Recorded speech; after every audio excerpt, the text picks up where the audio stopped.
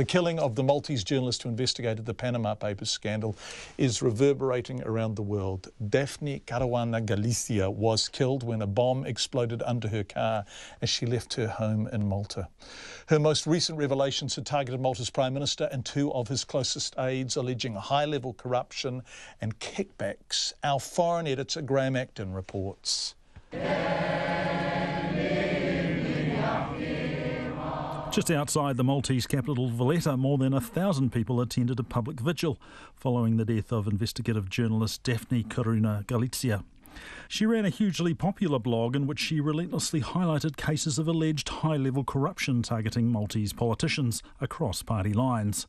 In a post published on her site just half an hour before the explosion, she wrote, "There are crooks everywhere. The situation is desperate." Last year, she spoke to 9 to Noon about secret trusts set up in New Zealand by senior Maltese officials, with the help of the company at the centre of the Panama Papers. Whatever they want to have sheltered by that company and the New Zealand Trust is illegal. Nobody in their position would open up a company in Panama and a trust in New Zealand to shelter anything that they legitimately own. So whatever's going into their companies, the fruit of corruption, backhanders, kickbacks, graft, that kind of thing. They expected never to be discovered, but they were discovered. A friend of Ms Galizia's, David Thake, says her murder is a message from those she attempted to expose. Daphne will leave a very big void, and this is clearly a message. These people are sending a message. Leave us alone. If you don't leave us alone, we will blow you into smithereens. That is the message. It's a chilling message, and we need to stand up and be counted, because Daphne stood up, and she was counted.